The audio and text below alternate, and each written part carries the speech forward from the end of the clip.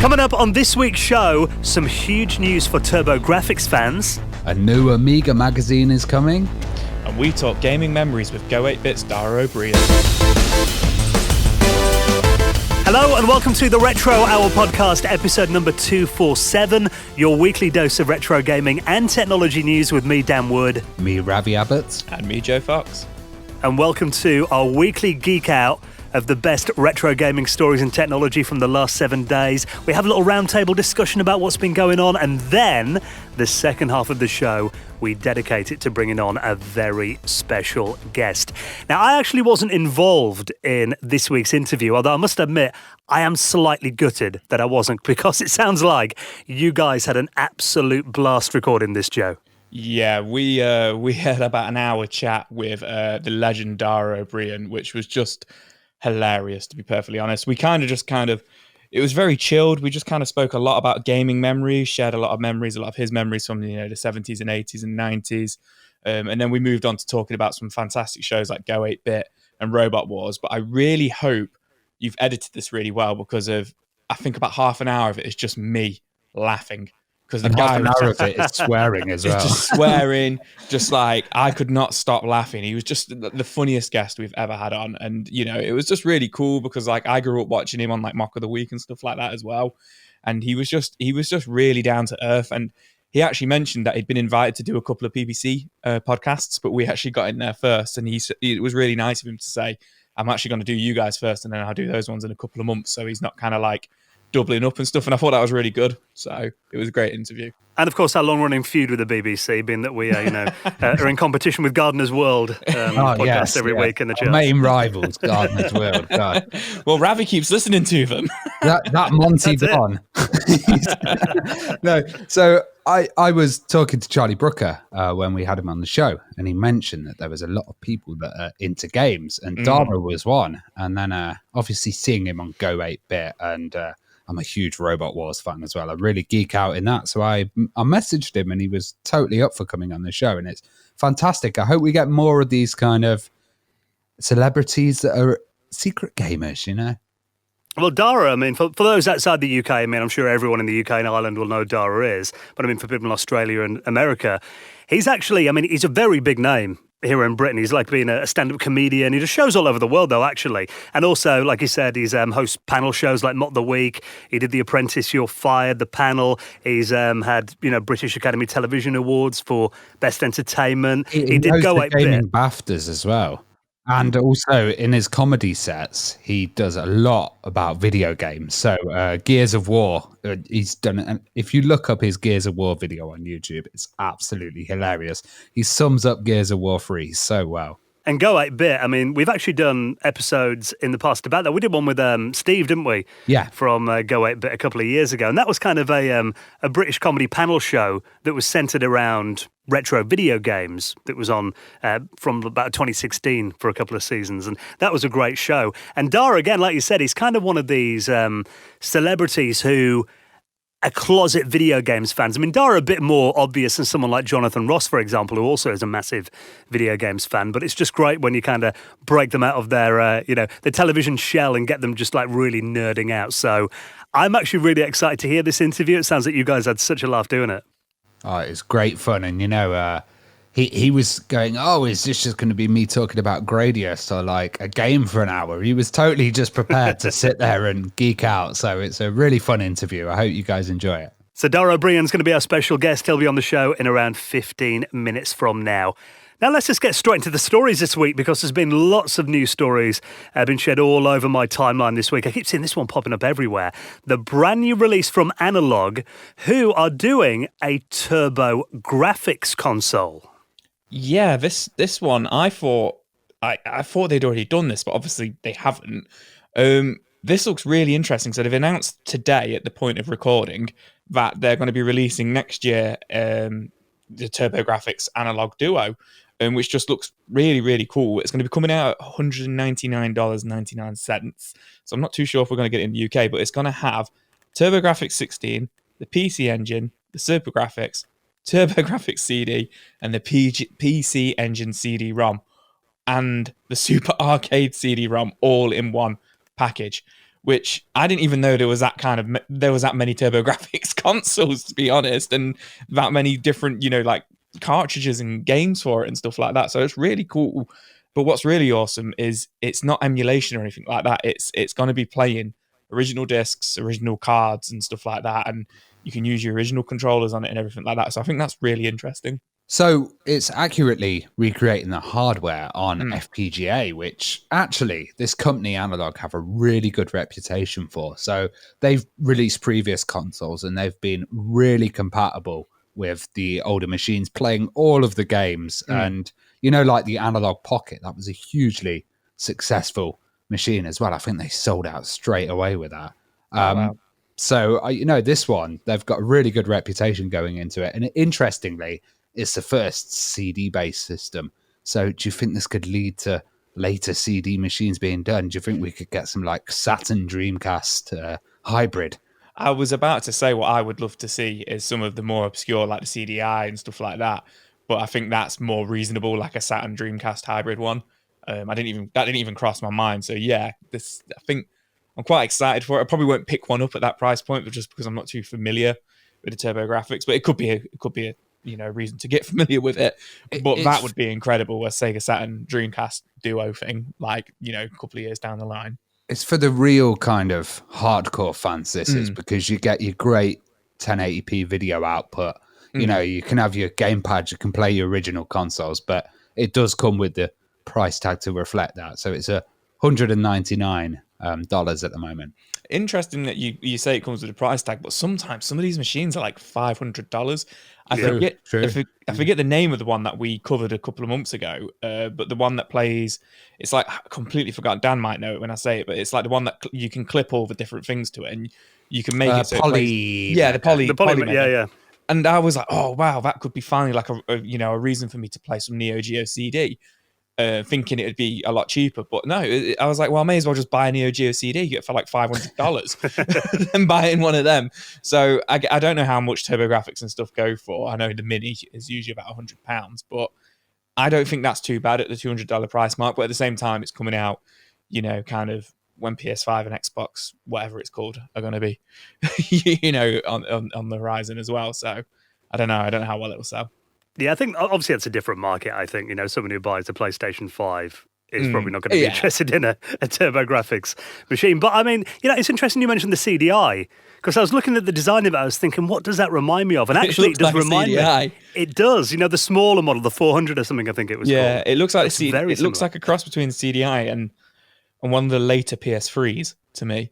That's what it looks like. But it does look slick, doesn't it? For what it is, like they've kind of gone to town on this, and they do a nice job of presenting it, but they are saying here as well there are going to be many delays because there was with the Pocket, and they're going to have to do it in limited quantities because of the pandemic situation at the moment, which seems to be affecting a lot of these consoles and people creating machines. The amount of systems it can cover as well, I think, is really good, because essentially, I mean, I think I speak for both of you guys as well, I'm not too familiar with the PC Engine TurboGrafx-16 library. I mean, I've seen them at, Play Expo and stuff like that and had a little go on them, but it was never really a system that was massive over here. I mean, the older kids at school had like Mega Drives and Super Nintendos and Amigas and stuff. I didn't know anyone that had a PC Engine back in the day. No, nor did I. It wasn't one I'd heard of until not even a teenager, like well into my adulthood. I heard about it. Yeah, until we went to Retro Revival. I think that was the first time that I actually saw a PC Engine. I was like, what is this expensive device? Well, I mean, the fact that you can actually play pretty much all of the library on here as well. The Super Graphics, and I think that was kind of like an add-on, wasn't it? To kind of, a bit like a 32X kind of thing for the TurboGrafx-16? I'm not too sure. I think it was, but I've seen pictures of all the different, because it's called different things in different countries as well. Yeah. But there's a lot of there is like a lot of add-ons for it, very 32X-esque looking, when I see them and stuff like that. So I think you're right. And having a CD reader and having a card slot on there as well. It just looks like, if you do want to explore that library and not use emulation, have like a really faithful piece of hardware that's going to let you play all of the NEC library, I guess, then it looks like a perfect solution. I must admit, $199, it's not quite an impulse buy, but I think, if you've got a real interest in playing those games. And so what I love about getting a system like when I got a Neo Geo CD last year, because it was a system that I'd read a lot about back in the day when I was a kid, but I didn't know anyone that had one, it was kind of like getting a completely brand new system to explore the library. And especially one that's, it was a powerful machine. Yeah. So the games are actually quite in depth, and I think, it's quite exciting actually just delving into a new platform that you're not too familiar with and having like a whole new library of games, or even different versions of games that you were familiar with, which, back then, often you get various releases of games on different platforms, and they're often completely different. It's not like now where you'll get a game on Xbox One and PS4 and, you have to kind of squint to see the difference between them. Back then, often you get like real different versions of your favourite games. So I think for, just for that, I think it does interest me. Yeah, but then at the same time, the only games I can think of for it is Bonk. That's literally it. Like, I can't think of anything else right now. So, which was BC Kid, I think, wasn't it? Yeah, on Mega Drive. Right, yeah. I think you had Bomberman on it as well. So yeah, well, Bomberman's in this picture on here. So is it? I think there we go. the more of these devices we get that let you kind of play these games without relying on expensive aging hardware, I think is fantastic. And Analog, they've got a great reputation for doing it right. So if you want to read more about that, I'll link up the article in our show notes at theretrohour.com. Maybe you're a little bit more old school, though. Maybe sitting down and having a game of Pong is a bit more your style. Yeah, so this is the Atari Mini Junior, and it's a little Pong device. And actually, it's really interesting because, Pong was one of the first kind of big successful arcade machines. And this is a tiny device. It looks about the size of a mobile phone. And you can sit down and play with somebody opposite to you. And interestingly, this is a new collaboration from Atari. So they're working with a new manufacturer, which is called Unis. And they want to partner with them. So this is being created by a new group, Unis Technology, and then it will be distributed with Chinese and Asian markets by them. And Arcade 1UP will be handling it in North America. Oh, nice. Arcade 1UP already have distribution channels with the arcade machines that they have themselves. So this kind of fits in well with that like little arcade legacy. And it looks like a nice little device as well. They've got AI in there, and I'm sure the AI is a lot smarter than the original Pong AI. It's got difficulty levels, a nice little LCD screen. It's compact, and it's all run on rechargeable batteries as well, which is pretty awesome. What I love about it is, where it's like the key features of the Atari Mini Pong. It's lightweight, it's compact, it's perfect for the home, office, and on the go. Imagine being on the train or a plane and like you pull out your Switch and you look over and somebody pulls out one of these and starts playing Pong. I'll battle you. You're right, I would. Yeah, that could work. Yeah.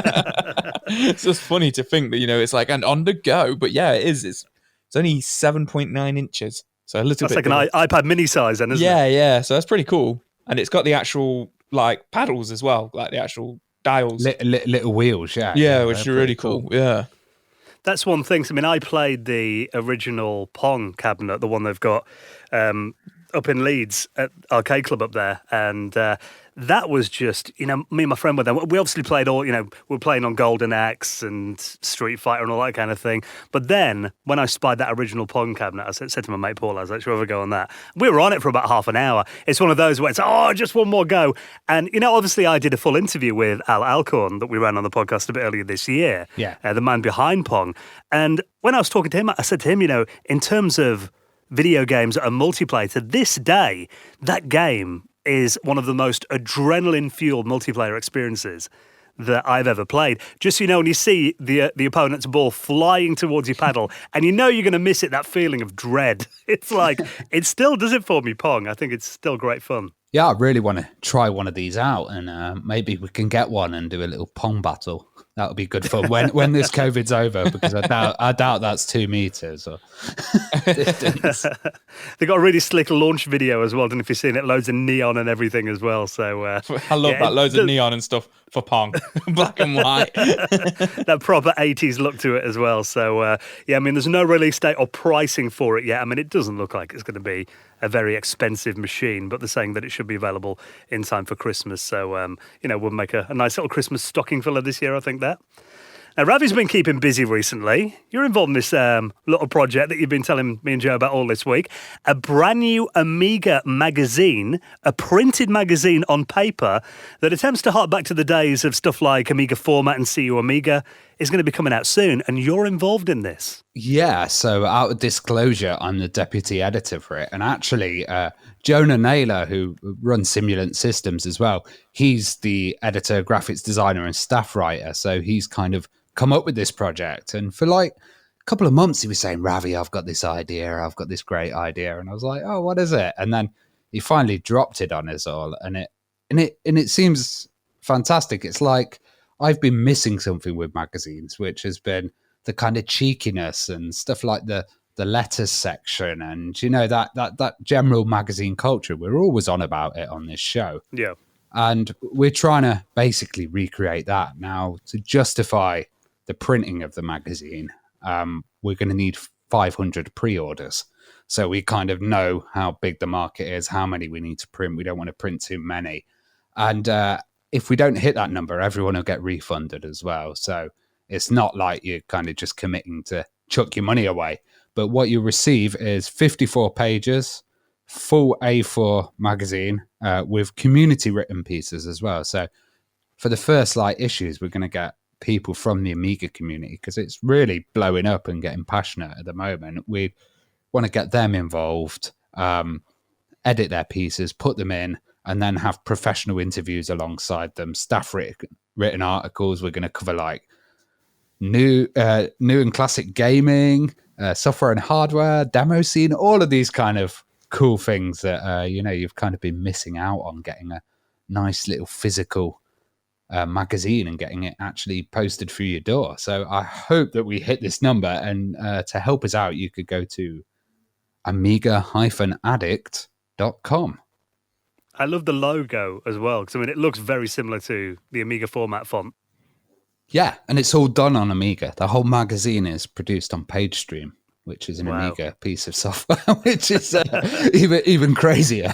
Because I mean, you sent me some of the page mock-ups over, and it looks incredible considering it's done on like 25, 30-year-old machines. So I remember even back in the day, there is a video where they're going around Future Publishing, and they're going to Amiga Format's offices, and, you know, they're actually showing the machines that they worked on then. And all of those mags back then were made on Macs in Quark Express. They're all hiding in shame, covering up the Mac. Like, no, we do it on an Amiga, honestly.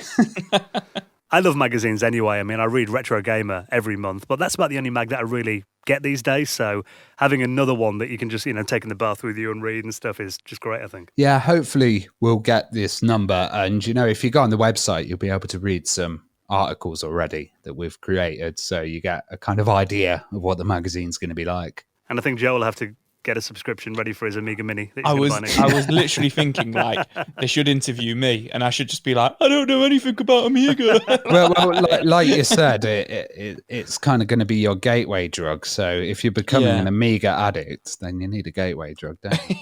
This could be it. I was just reading it as well. I was like, I should probably back this.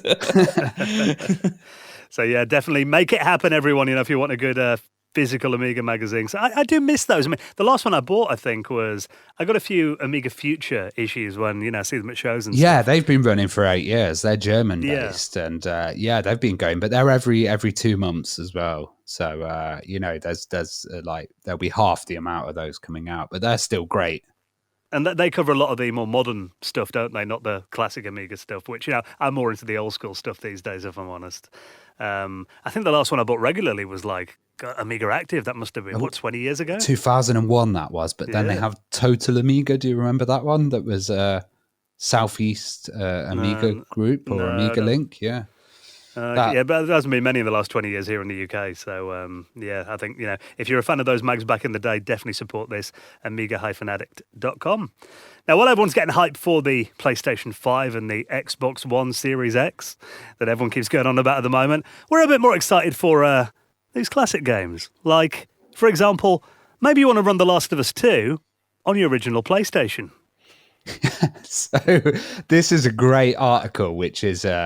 It's called Demaking in the Era of the Next Generation, and it's on Eurogamer.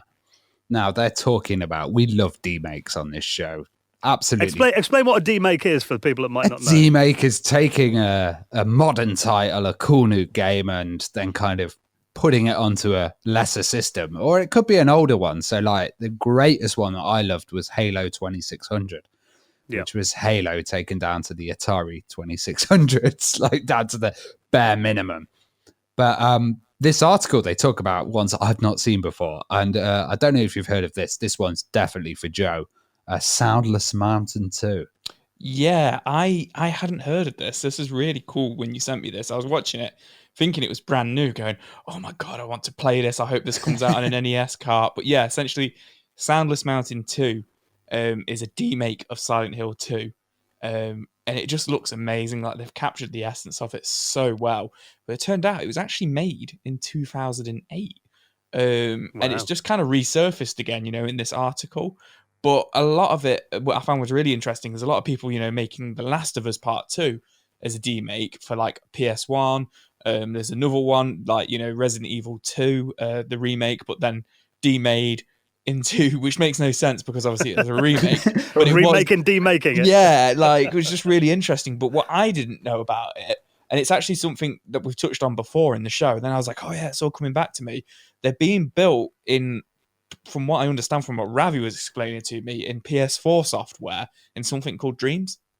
Yeah. So Dreams is this kind of software, and it's designed to work, be a toolkit that works within the PS4 environment, but they're wanting to make it so you can release your own Dreams titles, like as legitimate titles themselves. Yeah. Now, this guy, obviously, he's been remaking them, but he's been doing small levels. His name's Barely Regal on YouTube. And he's been kind of making them, but, he probably can't get away with this because a lot of the rights, he's made here Cyberpunk 1997. That's amazing.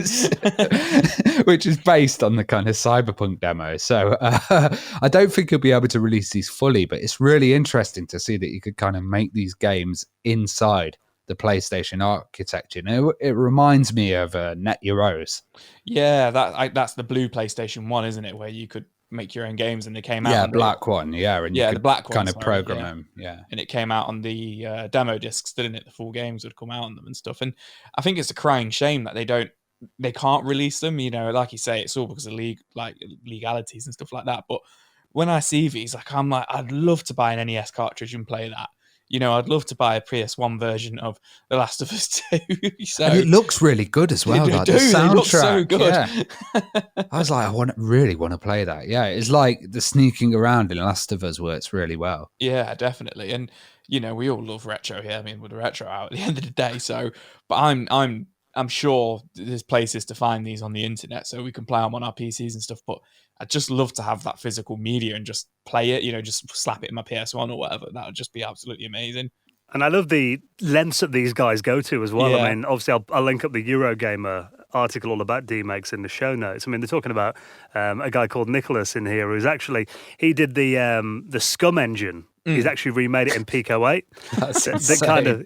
And he's done like games like Monkey Island in there, and he's done Maniac Mansion. But he talks about the fact that to do that, he actually tracked down LucasArts' old internal tutorial files. Oh, wow. And he actually tried to make it, even the programming interface, as closely recreated to the original as possible. So there's a lot of attention to detail goes into these. I love these like passion projects, where people are just coding for the sake of coding or for like pushing something to its limits. It's really nice. Now, before we chat to this week's special guest, Dara Ó Briain, who will be on in just a moment, let's talk about this, a game-breaking glitch that's been found by someone quite unlikely in Pokémon Sapphire.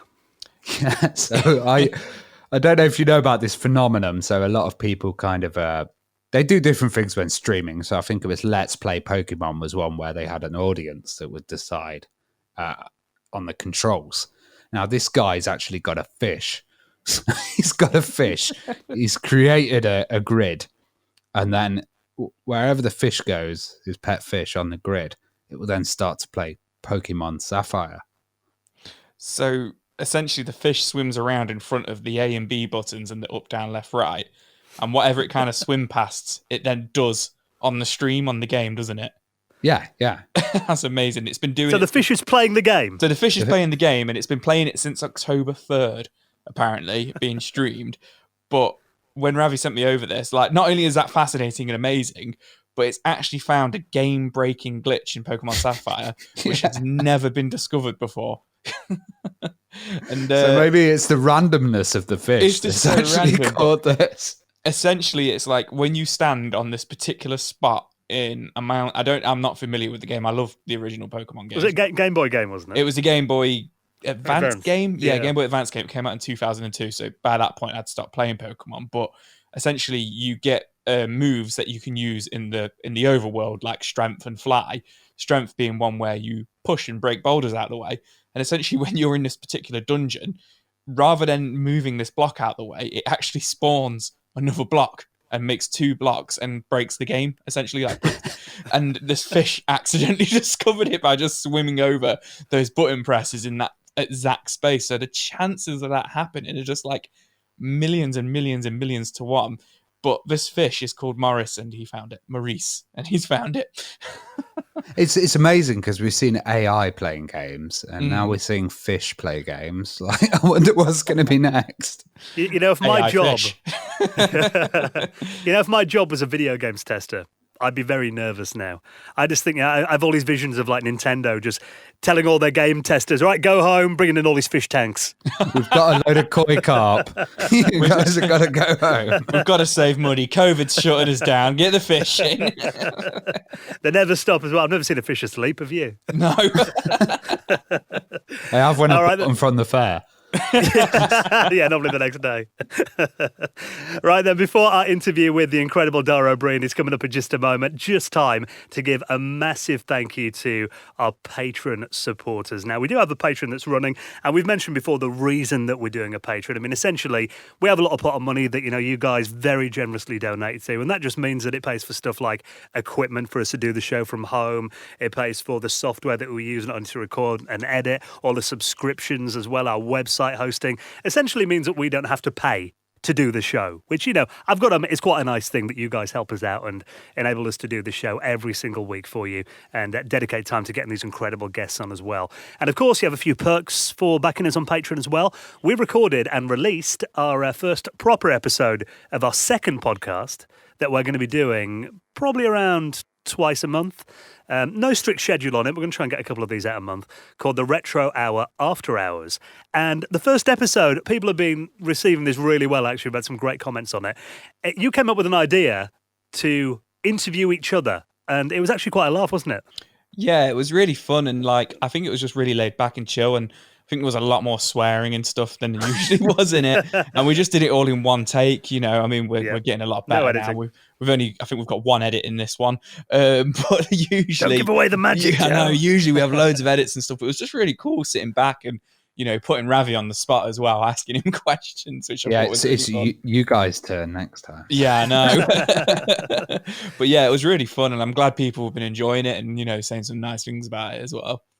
And you can kind of find out a bit about kind of behind the scenes. I mean, I talked through, you know, we talked about the home studios. I went through in detail all the equipment that we bought and the reasons why we chose each piece. And also we do our kind of retro gaming pickups. You know, we chat about what we've been doing in terms of gaming over the last week. So essentially, this second show, we're going to experiment with the format. We talked about we might do a phone-in on there one week. Yeah. We're probably going to do about our favourite consoles in a couple of weeks' time as well. So really, it's an excuse for us just to kind of, you know, break free from any format. Just turn the mics on for an hour and have a bit of fun with it, really. So you can check it out if you're a patron. It's exclusive to our patrons. And also, we're going to be doing another Patrons Hangout this coming Sunday evening as well at 8 p.m. So you'll find the link for that in our patrons if you want to hang out with me, Joe and Ravi, just, you know, kick back and chew the fat about video games, whatever. You know, we chat about all sorts of stuff on those once a month. You'll also get an ad-free episode. Sometimes you get the show a bit early as well. So there's a lot of perks for backing us, but really you're ensuring that this podcast continues into the future. And of course, for doing that, you will get a mention in the very prestigious Retro Hour Hall of Fame. Like this week, thank you to Daniel James, Graham Sinclair, Robin Glennie, Chris Snowden, and the Retro Channel. who all made donations into the running of the show, and you can do the same back us on Patreon at theretrohour.com. Right, we'll have more news for you on next Friday's show, and next we get the inside story on Go 8-Bit, talking gaming memories with the legend that is Dara Ó Briain, next on the Retro Hour.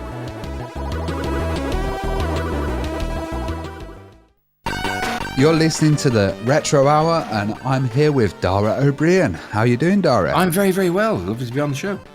Thanks. And we've got a question that we always ask our guests first, and that was, what was your first kind of gaming experience or first gaming memory you actually have? The first, I'm trying to, the dates get a little bit foggy, but I think the first thing, I remember meeting my dad walking as he tried to secretly carry an Atari 2600 home from Argos on a holiday to England when we were about 10 or something. And he was like, "Oh, you weren't supposed to see this." And so he was trying to palm the surprisingly hugely boxed Atari 2600 that 2652, the one with the oak paneling. And he purchased that, like, whatever. I think before then it was like there were very rudimentary stuff. Because you guys sound younger. Yeah, you would occasionally go on a school trip to the library that had a computer. And you would see the computer, and you could maybe take a turn to touch the computer. And it was like, like a school pet or something. You get to maybe just pat the computer on one of the keys. And so I think I played games on an Apple II. That's probably about as rudimentary as I've gone back, or some early PC type, some early 8068 motherboard, whatever the type things. There was a friend of mine whose dad was a computer scientist, and he had a drawer filled with cassettes that had names of amazing sounding games on them, which were dreadful when we loaded them up. And there's on some computer where they're just so obscure and so built for a specific purpose. And this is not the purpose. This is real people writing space war type stuff. Yeah. So early. We had a Binatone briefly as well. One of the Pong kind of the Pong machines. Binatone, yeah. And that disappeared. It got bundled in with something that a TV we were renting or something. So it was after the Atari, but it was still. I played Pong on a Binatone. Just to really establish where I am in the absolute, caveman kind of element of this, like the Jurassic era that I was in. Well, my first machine was my brother's 2600. Actually, what kind of games were you playing on there? And a lot of combat. Your imagination? A lot of combat, which was the one that could bundle free with it, which you were either an airplane or a tank, and the motion was very similar for both. But I do remember some uncle pontificating, it's very good for teaching them about angles, because there was some mode on combat where you drove your sluggish tank around, and then you could bounce cannon shells off walls to hit other tanks. And that was, it was quite compelling, but it was if it lacked in realism slightly. So we played a lot of that. There was a night drive game on the Atari, which was just, you'd see two pillars on either side of the road coming towards you, or a series of pillars. So it would snake along, and you'd start to stay within the pillars with your. I think all you do is you move the pillars, and the thing you were driving stayed the same. There are lots of workarounds in that, and occasionally you go, you crashed. You go, oh, okay. I remember the sound effect. Yes, so it was rudimentary, but combat was a big one. Actually, I'm not going back. It must have been something else, but we never bought like Space Invaders. Oh, really? Or Pac-Man. It was because they were like £1,000 for a game. It was a bit like, people forget, for example, how expensive movies were to buy back in the mid 80s, where it was £45 to buy a new VHS of something. So nobody, to buy E.T. was £60, like whatever. So nobody bought these things. You rented. But it was things were just ludicrously expensive by comparison to today. And the ports for the Atari of those like commercial titles were really bad as well. Because I had done a little bit of Space Invaders in the arcades. I wasn't, I didn't have that much disposable money at that age. I was around about 8. So I've had a go, I think. For some reason, I always associate with Space Invaders with ferries between the Dublin port and Holyhead in Wales, because they're those machines were sitting around. But it was, and the womp, womp, womp, womp thing, I associate with that, and killing 4 hours on a rough sea. But it was so, I mean, that's quite it's a different atmosphere to recreate in your house. But no, I never played Space Invaders. I thought Space Invaders was supposed to be quite good. What I always loved, by the way, independent of all these, was the promise of 152 different games, which were just modes that were slightly marginally different. Basically, do you remember that? Yeah, I It'd remember be like them. the doubles on the Biotone machine, or you'd have just different combinations of exactly the same Atari game. used to do it all the time, where you'd buy any Atari game and it would have a number in the corner, and the number in the corner was a number of different games within that cartridge, and they were just like, you're at the top of the screen and now the aliens are at the bottom of the screen. It was just tiny flips of the same engine done in loads of different ways, like whatever. And I mean, because Combat had 27 different games, it really hit it 2, but it just put the walls in different locations and stuff. Yeah. Oh, they're great for fitting in what felt like different. You physically click through the different. If in my head, it's all wood. It's all, the joysticks were wood, the television was wood, screen was wood. That it was all just very steampunk in my memory of it being very kind of clank into the next mode, and then the thing would rotate around. So we never shelled out for Pac-Man or anything. No. Was there much of an Irish gaming scene where you grew up then? There were kids in my class who would play games. That'd be the extent of the scene. We'd no other way of finding other people around. Ireland was sufficiently small that it was very tough to get independent magazines and stuff off the ground. I think so. Most of the stuff we got shipped in. I sent a tweet to Julian Rignall the other day, who wrote for Zap64, because he retweets the covers of them, and I subscribed to it when I had a Commodore 64, and so Zap would come through the door. But it was that kind of thing. We'd read the English magazines. No, there wasn't, as far as I know, anything particularly uniquely Irish. I may have missed, like I was, again, young. So there may be a huge scene of coders making bedroom games, but I don't think anything ever got through. Well, we got asked by a listener, because you were raised in Bray, did you go to Dawson's Amusements? I certainly did. That is a top quality question. Dawson's or the Star Amusements? And Star Amusements were kind of the ones that came. Dawson's was the grande dame of the amusements. Further was one in the middle. There's 3 of them at one stage, and Star was a new brash young buck of amusement arcades. Bray is a seaside town, faded glory all through my youth. It's settled into its kind of status now. As a kind of a suburban town that happens to have a prom that people can walk along. So it's regarded as a positive. Whereas when I was there, it was like it was coming off the point where it was where people genuinely went for holidays. And then during the 70s, it really wasn't, and it was all it's a bit the Smiths. Every day is like Sunday. That kind of just endless out of seasonness of it all. But it had arcades. It had a number of arcades. So Yi Ar Kung Fu was my game of choice in the arcade, and I would often try to get down to the arcade early, establish a fairly pitiful high score on Yi Ar Kung Fu, and then lord it for like 20 minutes until somebody else arrived who could actually get past the third fighter in Yi Ar Kung Fu. I hear Boulder Dash was one of your favourite titles as well. Boulder would be, because I went, the journey was then Atari 2600, VIC-20. Mm-hmm. Has anyone come on with a list of the amazing classic games of the VIC-20 ever? Oh yeah, we've actually had some of the VIC-20 developers on. Yeah. 3.5K. I mean, miracles. There was a chariot race was the finally outstanding one. Don't know that ever got mentioned. Which was a chariot race where you had to bump your guy into a wall, bump the other things into a wall. That was quite good. But it was, if you can imagine the step from that into the Commodore 64, wow, it was ludicrous. Oh my God, with so many worlds, so many screens. That was the other great benchmark of games in the 80s. How many screens did it have? Mm.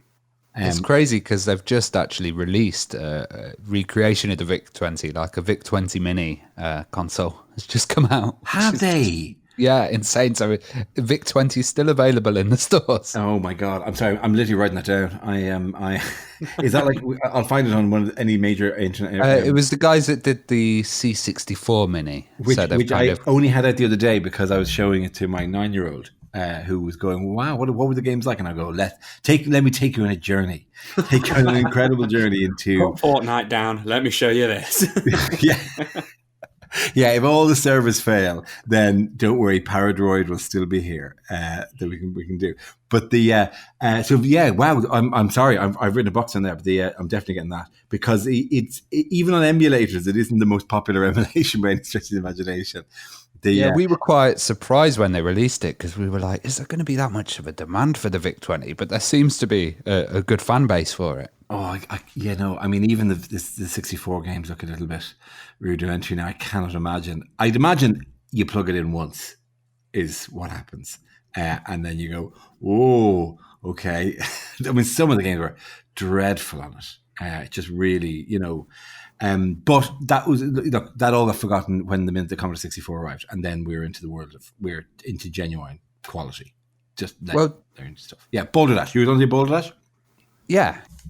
Boulder Dash is, I think, is a stone cold classic. I have about 7 different emulated versions of it dotted around iPads and stuff because I'm trying to track down the mouthfeel, as they say. I want to track down the exact kind of sense of playing it.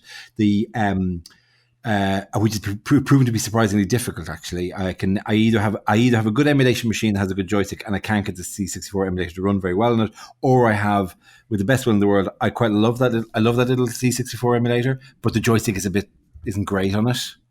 And I have a strong ache for, and this is another word I haven't said in 30 years, micro switches. Oh yes, yeah, and the little click you'd get. There was one company who used to make the Rolls Royce of joysticks, and God, but if you can remember, Competition Pro, or Competition Pro, maybe. Okay, hang on. Now, they didn't do the Quickfire, did they? I think they were the rivals to the Quickfire. Yeah, Quickfire is massively overrated to the respect to the people who did it. Quickfire had a molded hand, like about 7 different fire buttons, and had a rapid fire button that you could click on, which is regarded as it was like the Predator football boot is regarded as slightly cheating to have this. But Quickfire was actually a bit wobbly and jerky.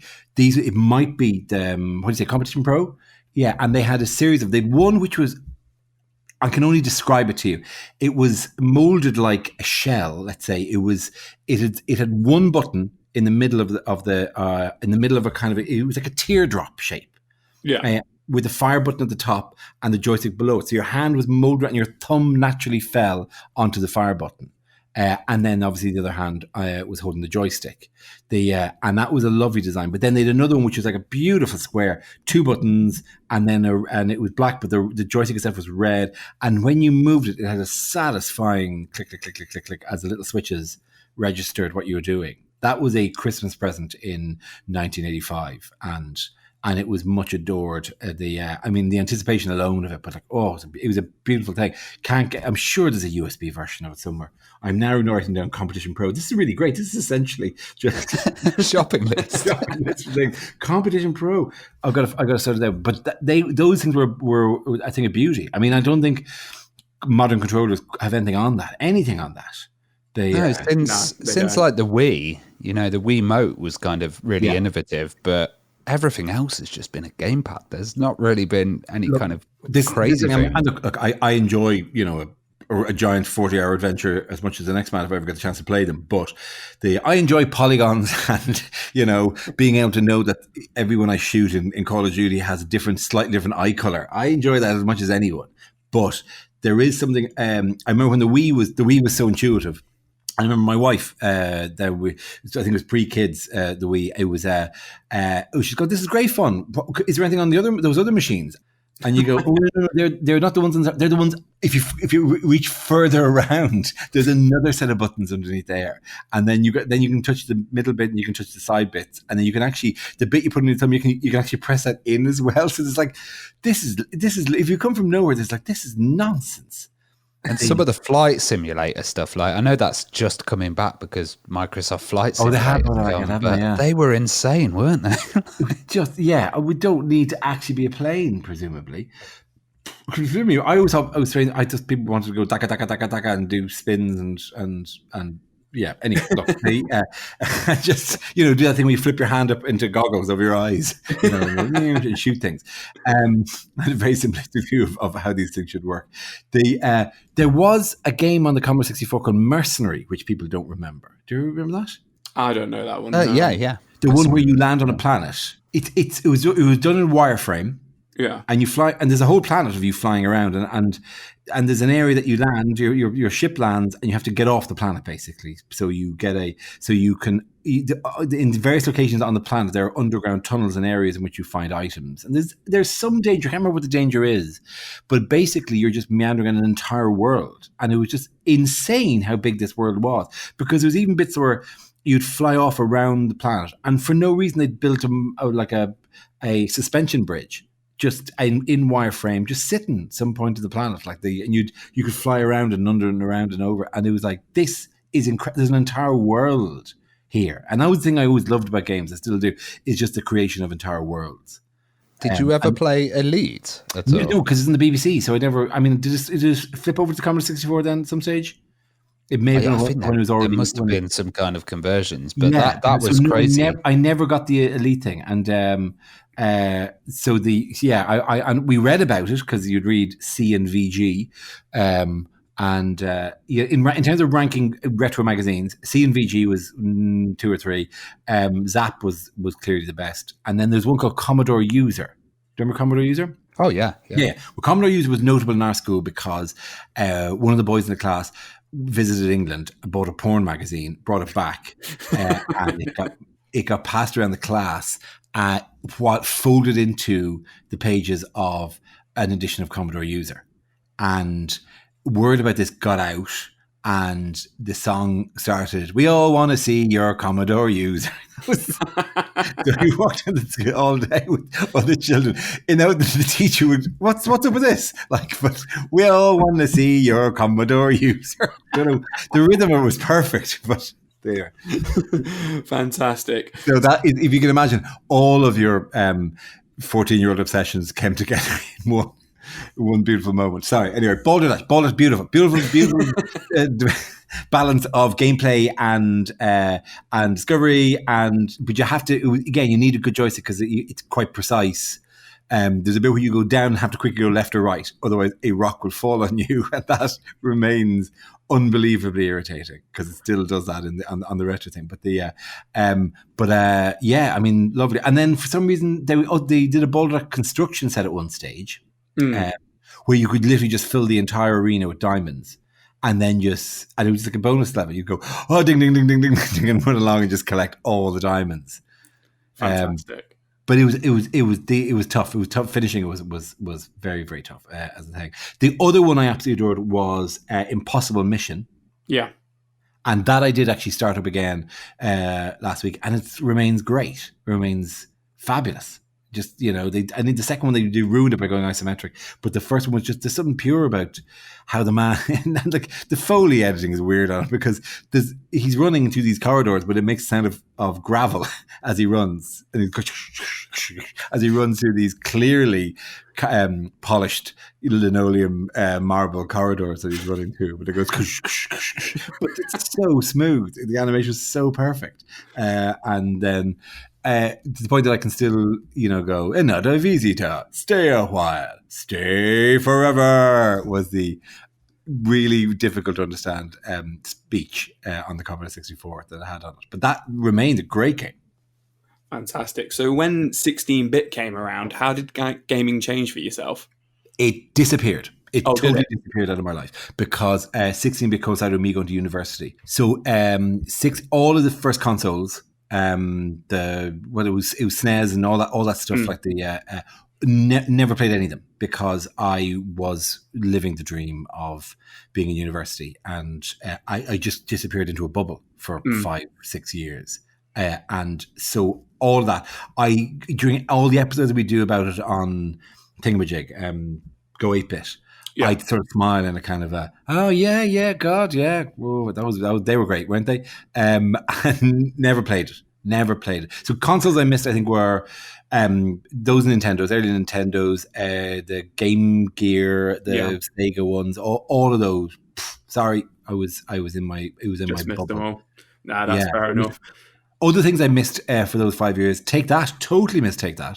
You didn't miss much, in my opinion. Well, it pains me because later I realised that We Light My Fire is a banger, but it was things like that just went past you. You were just in the thing, so I missed that completely. And what happened then was I got out of university and ended up being a children's television presenter in Ireland because it was the gig you can get when you're 23 or 22.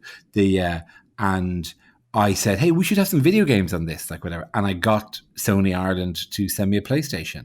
And brilliant. Then I brought this into a shared house and I said, look at this thing. And the PlayStation 1 appeared. And that's where it all began again. I was going to say our next question was what actually got you back into gaming? It was the excuse of having a thing. It was just a kind of, hey, why don't we do an item about gaming? It was up to unbelievably really people interested in the world's largest entertainment industry. I don't know. And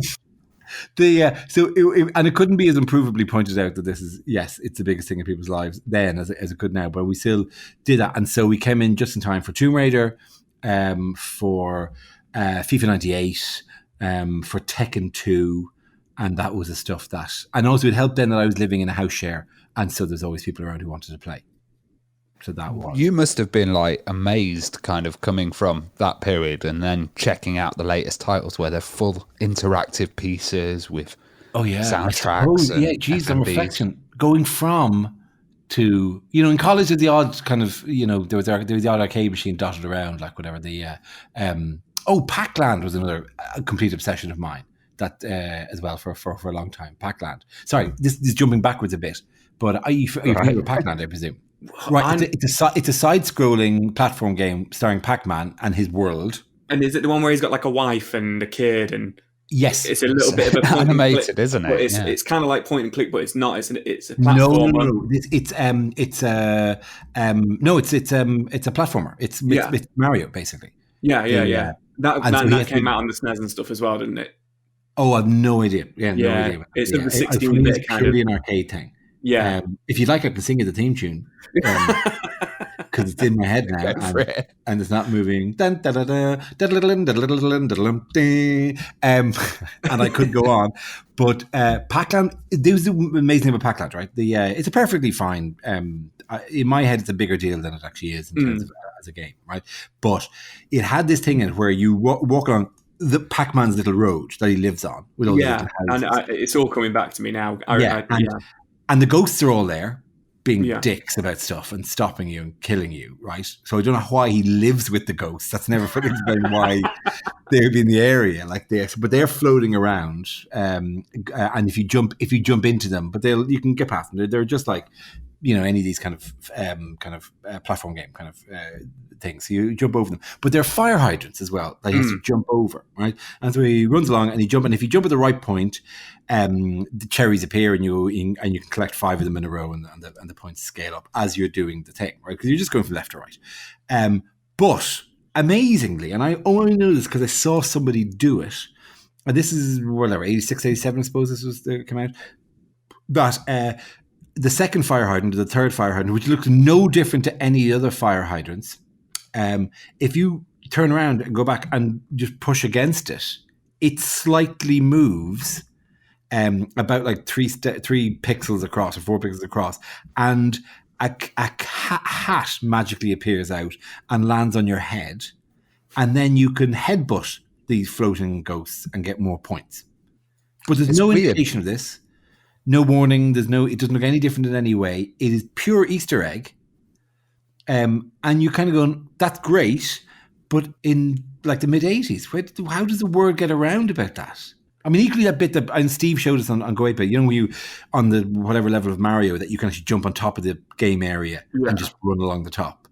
Yeah, on the second level, yeah. Yeah. How did the word get out about that? It's interesting, isn't it? Because of, these days on Xbox and stuff, you get achievements, and you literally get achievements that say, like, I bet you looked on the internet for this, because that's what people do these days. Right. But that is a very good point. I was born in the 80s, so when my earliest memories of playing Mario, you just knew that you jumped over the pipe on the second level. Like, right. There's no, like, I don't know. I just don't remember who told me that or anything. It's just one of those things like everybody always knows. So I guess when you were a little bit, there were magazines, obviously, and they were probably seeding these things to magazines. So, like, I mean, that's how the Nintendo, whatever, up, down, left, right, whatever, that was, that the word got out about that. And they were built into the games.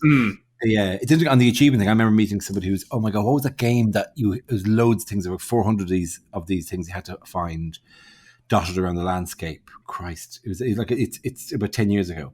I know loads of them have done. I know Batman did, and loads of things have done. Like, can you find the 400 amulets, whatever? But, it was one of the ones that really took it to extremes, like whatever. And I said, Jesus, why do you do that? And he said, look, we started it as a kind of an indication to ourselves of where you went. Like, we dot them around just so that so we would see how far you got in the game, and did people actually visit that area? And it was just and then people just got obsessive about them, and now we have to design them in. But it was originally just designed so that they'd go, oh look, nobody goes to that or nobody does that, so let's not build something like that again. In the incredible kind of, puppeteering of your brain that video games do. This is just part of the feedback loop they had. Like, and then people go, "Oh, where's the 399th, Riddler trophy? I got to find it." You've got me thinking of like Batman Arkham City now with the Riddler. Yeah, no, because I actually did the Arkham City. I think I got all but 3 of those because it was the last 3 were like perform 3 double loops and land in the same place. These kind of things. You have to go to a high tower and glide for 750 meters. Well, the ones that were just like, oh God, this is just a chore just to do this exactly. It's just a chore. I think one of the greatest memories for me is GTA 5 when I was trying to 100% complete it. And I was cleaning the bottom of the ocean from nuclear waste with a submarine. And I was playing it and I thought I could literally tidy my house right now. Oh, look, that was the thing. I had a routine when it was based purely on the thing in GTA. I got stuck in a bit in GTA where I had to drive to shoot somebody, and then if you ran away, you'd have to do the drive again. And you have to go to a toll booth and pay at a toll booth. And if you drove quickly through the toll booth, suddenly you've got 4 stars and everyone's chasing you. And you're like, oh Christ! You have to slowly line up at the toll booth, pay $3, go to the thing, try to shoot this man. And I'm commuting to work here. Why am I doing this from my own house? Like, I don't even have a job in which I have to commute, and I'm doing this in my spare time. Anyway, sorry, we're bouncing around. Boulder Dash, we were talking about. Have you? I'm kind of thinking about this, and like, have you seen much speedrunning? Because that is a total kind of destruction of that idea. Just finding the glitches, getting through there as fast as possible. I did, because I remember seeing as well when somebody posted on the. Look at this incredibly difficult Mario level. There's a Mario level somebody stuck online that had like just vats of oil and just one thing. You had to just get exactly the right. People created these ones even before the Mario Maker stuff like that. The speedrun thing is the key to that. Just finding loopholes that you can get around. Yes. It's kind of finding loopholes, but then getting the best times. And now there's a full competition and like prizes and stuff, but they now get the developers on. So somebody's developed the game, they'll show them someone beating their level that they've spent months building, and some kid comes and beats it in 2 minutes. No, what they should do is they should bring in all the people who design the assets, who design the environment, who like literally paint the leaves on the trees. And bring them in and have them sit with some kid who just wants to get through it as quickly as possible. And they're going, no, did you not see that the cinema posters from the 1930s that I put up there as part of gang? Don't care. Don't care. That'd be a good TV show. 8 minutes 13. I can do the entire game in 4 minutes. I don't care with the fact that, but wait, you see that the sunlight actually arcs through, it goes through the building, and then it casts a kind of a glow onto the, don't care. Just trying to get to it as fast as possible. That's me sometimes. Yeah. So, you touched on it earlier on about, obviously, the video game industry is pretty much the biggest media industry in the world right now. Why do you think video games are not taken it seriously as an art form and so often disregarded?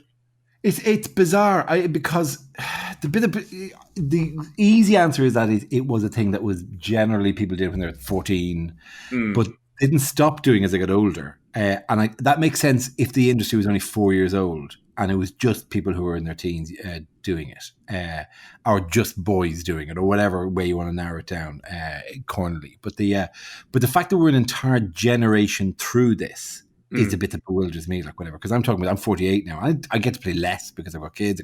I don't have time to do all the long ones I enjoy, but I still consider myself a gamer. And also I've been doing it for 35 years.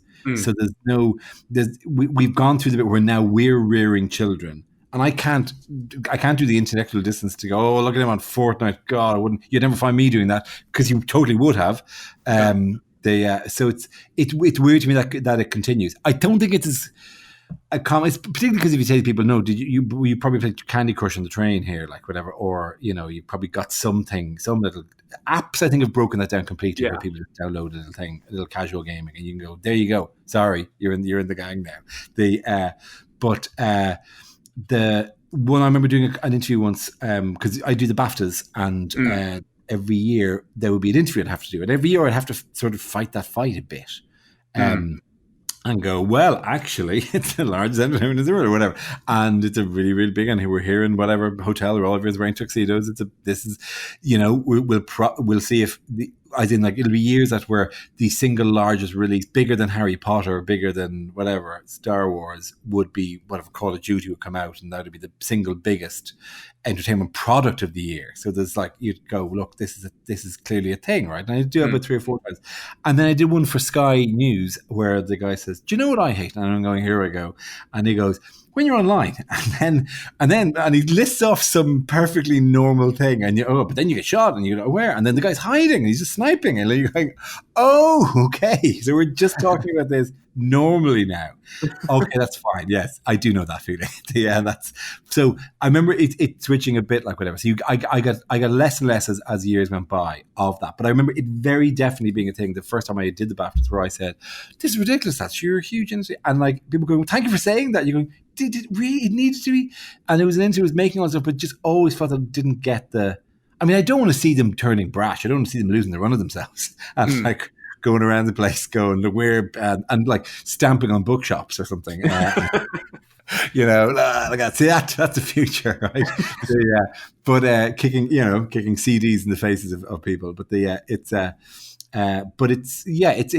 was weird that it took so long for people to get over that. Do you think TV's attitudes kind of changed towards gaming? Because when we talked to Charlie Brooker, he said TV kind of saw gaming as a bit of a rival. Well, I remember years, this is again 10, 12 years ago, I chaired a panel in the Edinburgh Television Festival, and there was somebody there from, is it Double T? TT Games, did all the Lego stuff. Traveller's Tales. Traveller's Tales, yeah. And they were there, and it was a general panel about, interactive media and blah, blah, blah, and all this stuff, like whatever. And one of them, it came to him, and he's talking about, how design and all that, blah, blah, blah. And then one of the producers raised a weary hand and went in a real, okay, I'll bite, in a kind of a, okay, well, I suppose we could make a game to go alongside, Coronation Street or whatever that they were making, or it's probably something far less iconic. But all right, the hand went up, said, so how much would it cost to make one of these games? And your man from TT goes, well, for a big budget major release, it'd be $90 million. So I was just the whole room went, I was like, what? And he said, yeah, there's 100 people working for 2 years on this. There was such a pause that I stepped in and said, he's the daddy here, not you. You're actually, you have to go to him, not him to you for this. So I think they never quite got it, because they thought it was disposable to a huge extent. But it's I think they have more of a sense of the hugeness of it now than they did. In terms of covering it and doing it, it does still lack, I suppose, from the communality of experience, that there being moments that everyone shares.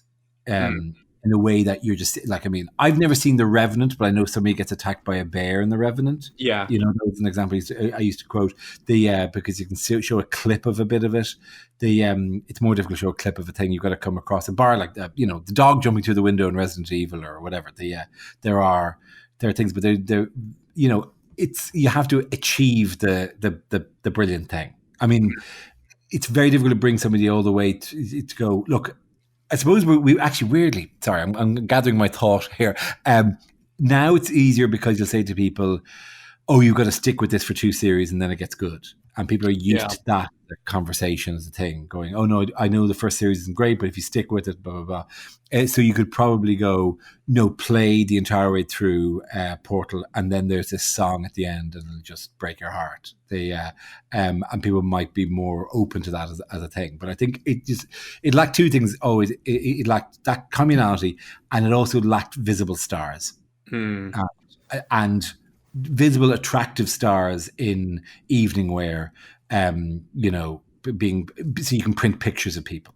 And so it's amazing how much of the media is there a picture of somebody looking good in an evening dress, you know? Do you think there's more kind of gamers within TV personalities and celebrities that just hide the fact that they're gamers? Yeah, I don't, because it's not an objective shame. What I find weird is I'm still doing the BAFTAs. I did it again for the 10th time recently, and you're kind of going, surely now. Look, I mean, I know show business. There must be a younger version of me coming through, like who can do this for you. I mean, just I'm waiting for the shoe to drop, as it were, for them to go, listen. It turns out, name hot young comic of the moment is also a gamer, so we're going to go with them. But it is kind of weird that doesn't happen more than it does, because particularly for comedians, because Jesus, we all do. But I suppose. I mean, but everyone is kind of a gamer now, so it's. I suppose it's difficult to differentiate it. Like it is a weird thing. I mean, and also because I remember having a conversation once about this on breakfast television, again, in the run to the BAFTAs, and they said, oh, but is there not a lot of time spent sitting in a room with a screen? And I said, oh, that's an interesting point. I mean, have you seen The West Wing? And they go, yeah. I said, well, that's 112 hours of sitting in a room with the curtains closed watching a screen. Why is that weird? Why is that different? Why is that better somehow then? You know? And so, yeah, it gets held to a very different standard sometimes. Gaming's kind of, it's been innovative for a long time, but it's also got a lot of set standards. And we know you were on Room 101, so we were wondering, like, what kind of standard or gaming idea would you put in Room 101? Fishing in bins for food. That got on my nerves a lot. I think it was the second BioShock that I stopped playing because I was tired of looking in bins for bits of pineapple. That slightly improved my health. And you're going, okay, like finding food anyway is really irritating. There's a level of realism I don't need. I don't need to stop what I'm doing to deal with this thing. But like that was, we had to stand next to the bin and a counter was slightly open and goes, you found, and it was somebody who's pineapple. It irritated me because I like pineapple. So I don't feel I should forage for it.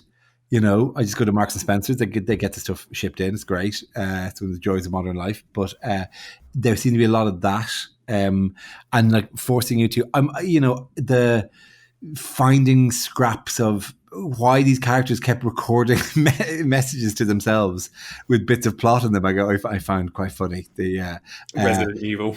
And like again, BioShock loads of this, loads of like, you found a cassette tape. My experiments are going very well, but there's some strange results at the edge. I must investigate further. This was like slight foreshadowing of the plot that would appear, like in stuff. So when it's done well, don't get me wrong, when it's done well, there was a bit in Portal 2 where it's Joanne who plays J.J. Simmons. His name is J.J. Simmons, isn't it? The actor was playing the eccentric millionaire, and every area uncovered tracked the descent of the company and said, gentlemen, you are the finest astronauts and engineers, and what we're going to do here. And then it went to, we're going to give you $10 to get you out of the rain. We're just going to do a few experiments. And then if you survive, you can go back to the streets. So it was like, you could track the decay of the company because it's really brilliantly written and that thing. So when it works, it's great. But there's a lot of just, there's a strange cloud. I don't know what to do. I wonder, is Emily safe? There's a lot of that kind of stuff, which is, irritating.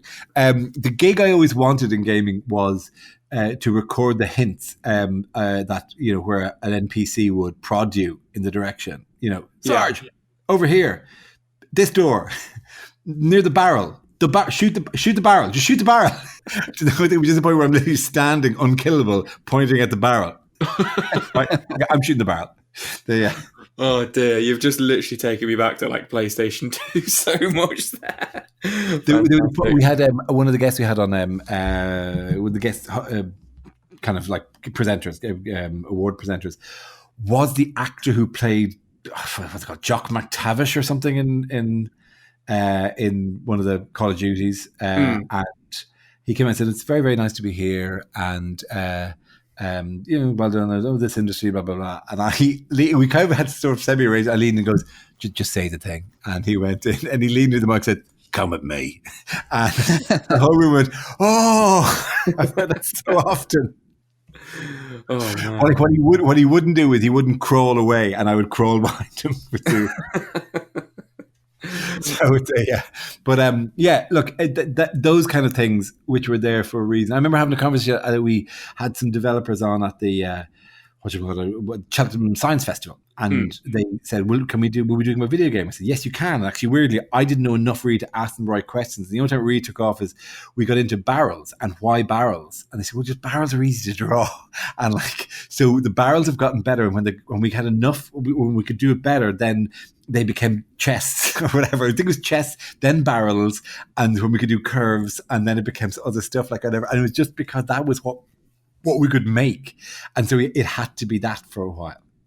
And so it's why it's great that these things which become tropes or cliches are because look, that's what we could fit in. The memory could take 3 different types of barrels, so we were able to do barrels. Fantastic. I love it. So you were in Game Master magazine as the Game Master. What did you think of the show? According I to think Ravi. they did a little recreation where they put your head as in that kind of in the Patrick Moore thing.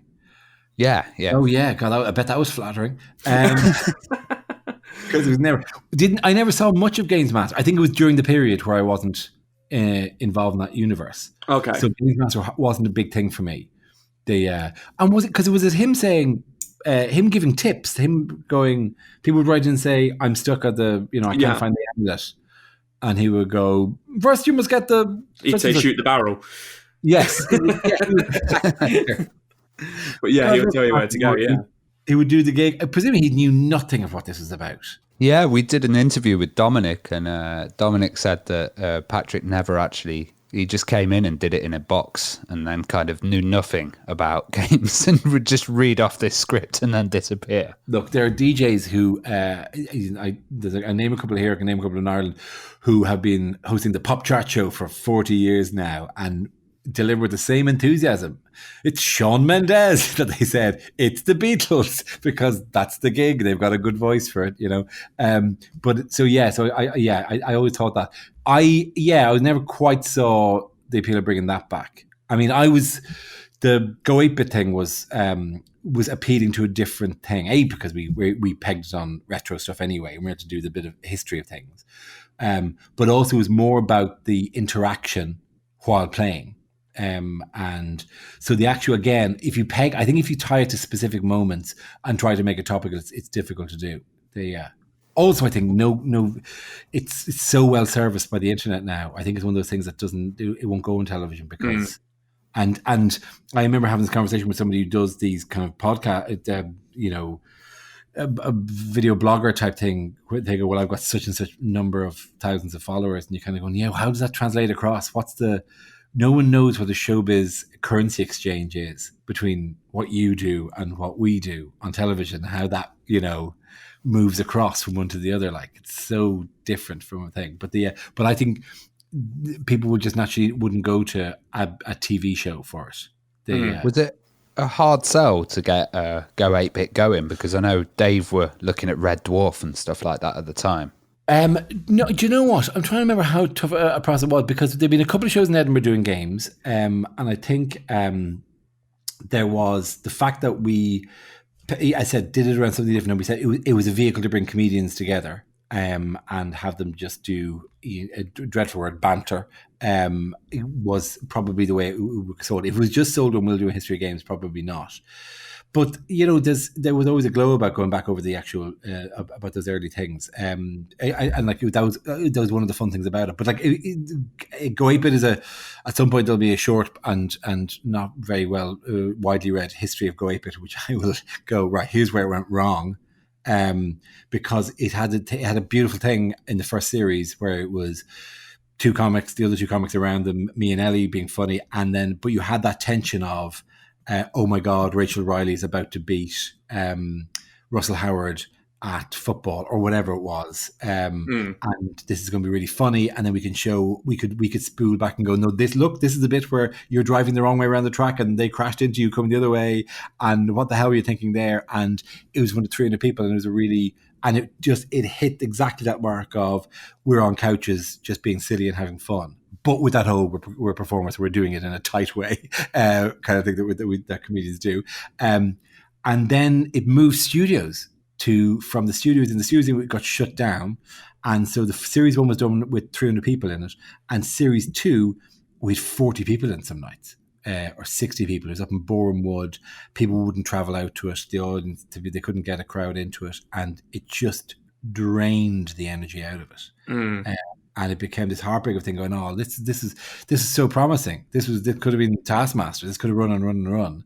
And then it got dumped into a studio, and then the booking started being like, with the best of the word, Coronation Stars and reality people rather than comics. So it sort of became less funly performative and about the messing around and the tension. And it was just really irritating. I mean, there's a point where we had Susan Calman versus David James. And she beat him, and he's there afterwards going, this is happening again. We're going to do this again. And you're going, this is genuinely competitive. This is a genuinely fun. These are going to be memorable episodes. And then it just trailed away. It was really irritating. You'd watch it happening because the actual core event was suddenly in front of 40 people, and you're G'ing up 40 people. There was one we did where there was, I think it was 50 or 60 people in one Tuesday evening, and we did the show, and it was grand. But it was always very stop-start because of the technical difficulties of jumping from console to console, from generation to generation. Sometimes there'd be huge gaps, so they tried to set up the VR or whatever. So we got to the end of a longish record, and I said, okay, that was great. Thank you so much for saying this. We're just going to do a couple of little things, little pickups that we do at the end, for the edit. So bear with us during that. And as I was saying that, an old woman who'd sat through the entire thing just got up and picked up her coat and, shaking her own head, walked out. And it was just, and I had the fit of the giggles watching this woman just walk up the stairs. It was at the back of the stairs of the audience, and just not hang around for that. I've had enough of this. That's leaving. And you're going, great. This is what we're doing now. And there's loads of things. So the only thing that kind of kept it going was the design team remained brilliant, and they would make full like 8 foot tall copies of the Atari joystick, or of the Nintendo controllers that people would have to jump up and down on and make happen by jumping onto the buttons, and they were astonishing. I don't know where they are. They're somewhere in a kind of warehouse somewhere. There is an 8 foot tall Atari joystick, and I should get it like the Incan head in the Simpsons basement. I should have it somewhere in my home, unexplained, just sitting there quietly. But that's not there, like whatever. And because the screen would come up, and we'd all go, "Oh my god, that's so amazing! What a beautiful thing you've done!" And then one stage we designed a flip lid. 2-screen. It was the early Nintendo. What are they called again? The DS. Watch and Go. Oh, the Game and Watch. Game and Watch. That was Game and Watch, and it was Dara's Hot Potatoes, which led to a lot of me pointing out the racism inherent in that, and doing a silly voice to mock. Anyway, but they had Dara's Hot Potatoes, and by the way, I will totally be talking about this on another podcast because it was a thing, but. You can have it as well. But the point that made it genius, the point of it absolute genius was when it started, just for a second, all of the numbers lit up. All of the different animated things lit up. And it went 88888 across the thing. And you could see all the different places that things could happen and be exactly like the real machine would. And that I remember quietly going, that's genius. No, very few people will spot that. Will spot the care that went into going, do you know what I used to do? When you turned it on, the power would surge through it and everything would light up just for a second and then it would go into its mode. We're just going to stick that in and start just for a second. We'll have all other things light up. And you're going, it's so like a proper fan they were genius working on it. But I think those little moments got washed away by the fact that there were only 40 people in the audience. It's such a shame as well. So let's talk a little bit about, obviously, your other career as a comedian. So you're one of the few comedians who use video games as a subject, and you do it very well. Were you nervous about how people would take it and react to it? Yeah, I mean, you don't, obviously, with any of these routines, you don't try them out immediately in a big room anyway. Mm-hmm. So you get to test them out and see how they go. So but no more than a lot of other things. But I didn't think it would be the hit of that show, and so it ended up going later and later, and then being the finale of that particular show. And that particular show was like a particular favorite show of mine. For the other routines were pretty strong. It was a nice one, that show, but.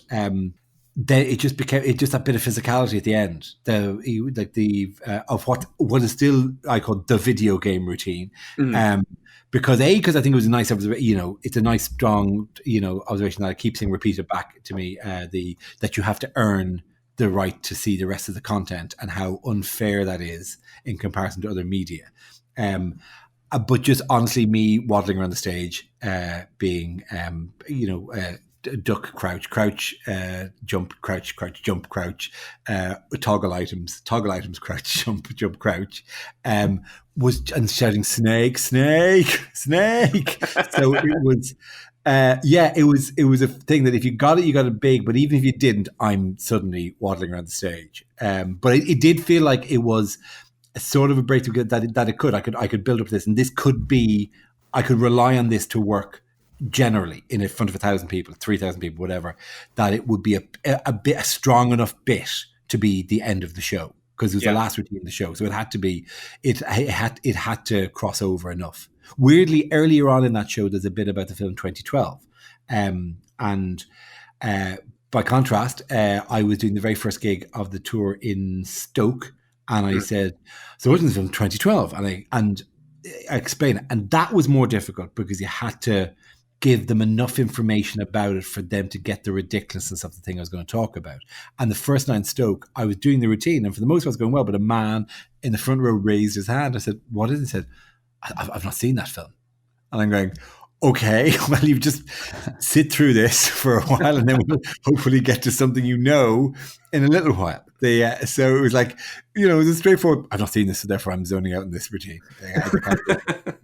And I mean, you're kind of going, well, you've not lived with me, but you still went with the routines about me. It's kind of weird, like the thing to be really, no, this doesn't speak to me, this routine. That was more difficult when a specific thing, because a lot of stand-up comedy is about how much information you give them. You want to give them enough, but also the minimum.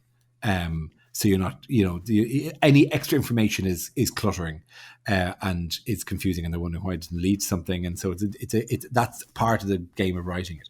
So, but the video game thing, it genuinely, it could close the show because enough people got jump, crouch, touch, to carry along everyone else. Yeah.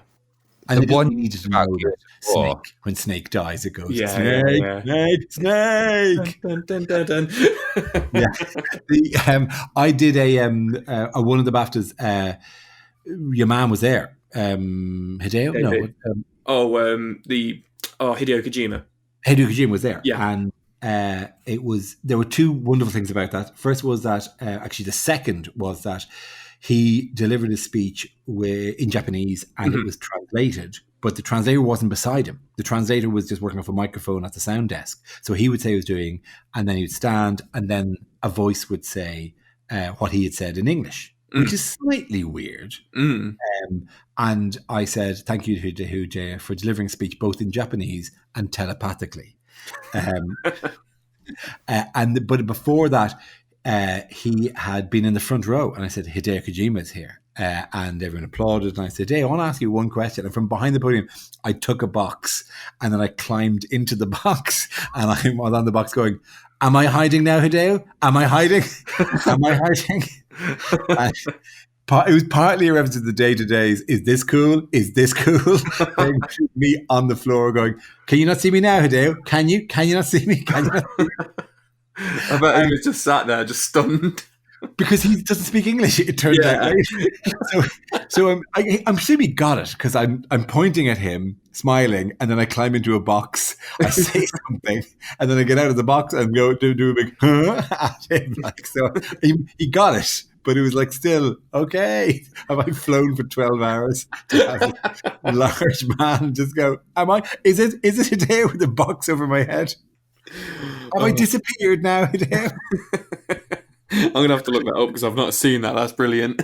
It's quite sweet as a thing. Like, I think interesting if you watch it and I if I bail after 2 goes, if I go, am I hiding now? And then I get out of the box really quickly, means it didn't get the laugh I thought it would. I didn't really, people got it, but just in case, you may see that I went, let's get out of the cardboard box Joe quick.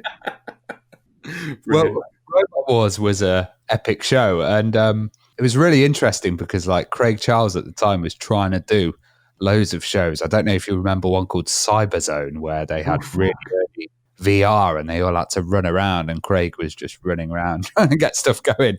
But Robot Wars was really a big hit back then. Were you kind of worried about bringing it back and thinking? No, because I had there's parts of it where I'm not the ringmaster type. That's not my thing, really. And Craig was better, I think, for doing that whole hype man, sitting on top of the booth, on top of the box, spinning around kind of thing. You know, you can see behind my eyes that I'm more the ironic person in that situation. So that kind of just energy thing, I was slightly worried about. But the actual thing, I thought, oh yeah, that's not happened for a while. You know, that could be good. And I knew it was going to be on a big scale. Now, unfortunately, they scheduled it up against the Fish program for the 3rd series, because the first series was good. Second series, they tried to do it in 1 day shorter, and the robots kept breaking because they didn't have time to repair the robots, and everyone's exhausted. And we also know you've got to give it space to breathe. And so they reformatted it, and they reformatted it brilliantly, because they had the thing in the 3rd series where whatever the way the groups worked or the rounds worked, 10 robots were left over, and they put them into one fight. And so they had one fight that had 10 robots, and it was a winner takes all fight.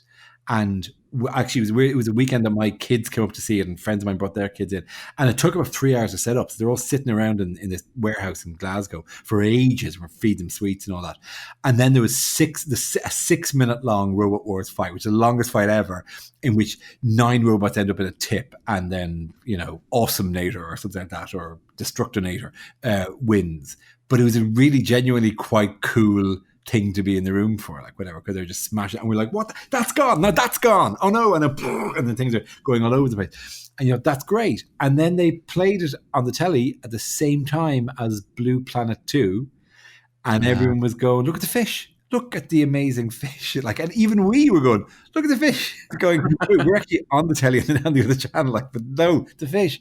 And so it didn't get the numbers, and it got yanked. It was an awful shame. But it didn't look. I don't think it was as wow to the system as it might have been back in the 90s, because they did look very similar. There's a limit to what you can do, and I think they'd also plans of maybe we'll have drones now, and you're going, well, they're just going to flap around, and if a drone hits anything, it stops. So you can't really have a drone fight. So the drones were too delicate, and then the other things were just, you know. But there were. It's a pity. There was one point where something sheared off at such a speed it broke through the perspex, the initial layer of bulletproof glass. Wow. And didn't go through the second double layer behind which the audience were sitting, but still went through a layer. So powerful things were happening, and it was great fun to be around. But it's a weird record because you had to wait an hour between each fight, because just to get all the bits of some robots out, shut the whole thing down, make it safe, put restraining bolts on the giant so people didn't get murdered by these things, and then wheel them out, wheel the next lot in, do all the build up, and then start again, like whatever. So as an audience event, you could see there were days where a lot of people in a freezing cold warehouse at the start of the episode, far fewer at the end of the episode. A lot of the kids had gone, oh God, can I go home now? Because I've got the so It was a very cold event to do. It was, yes, I was sorry. Again, one of these things that, my TV's gone very kind of, if this isn't working by now, quick, get to the next idea. So I think it could have run for a bit longer, but it didn't, sadly. Pity.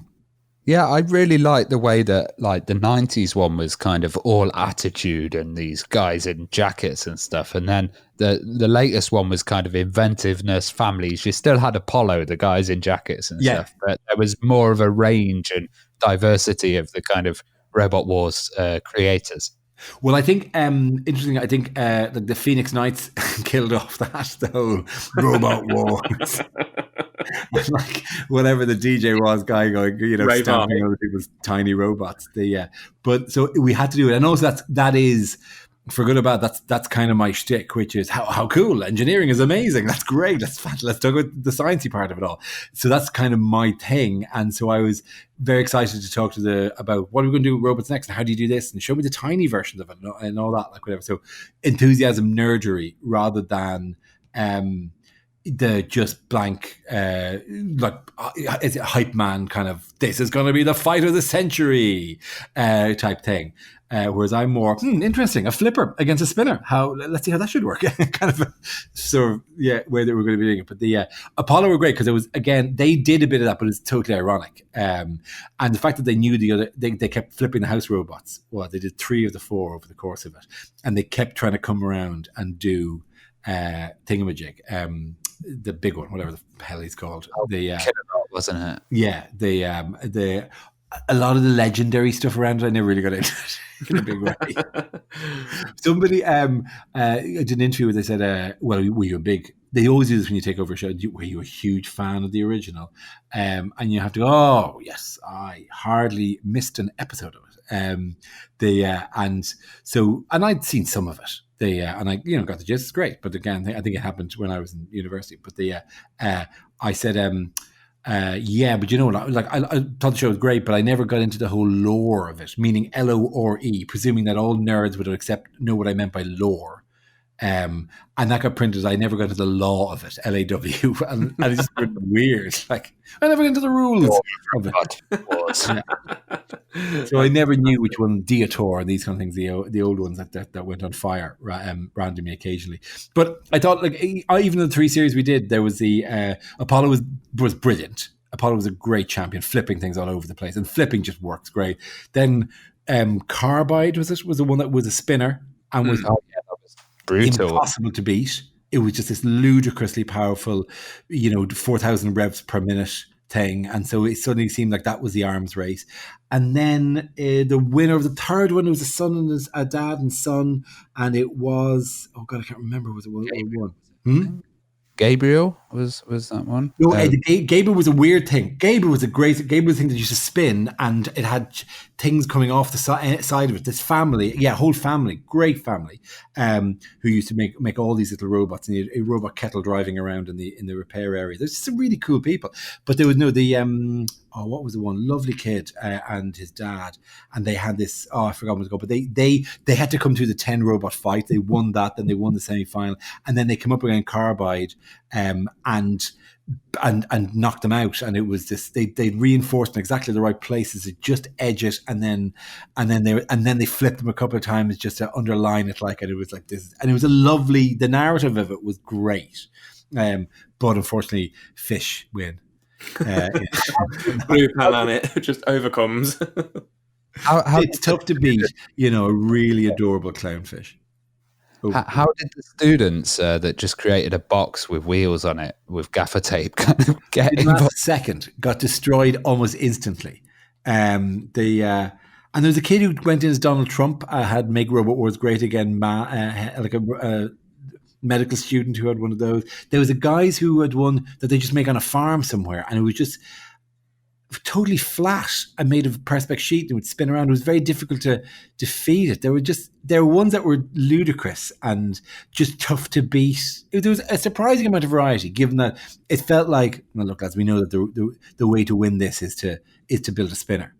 But actually it felt like that kind of thing that like a video game thing, like the okay, no, what'll happen? An evolution will occur, and people will find out how to beat that, how to defeat that, and then we got to find some other way to do it. And it felt like it was, even in the 3 series, it evolved nicely. I mean, 3 different champions is great. There was every chance. I think Carbide was in the final 3 times, lost twice, won once, which is good. Gives a bit of continuity, but isn't dull. So look, the fights were good, but just, the public's hunger for robust fighting wasn't as huge as I think they thought it would be.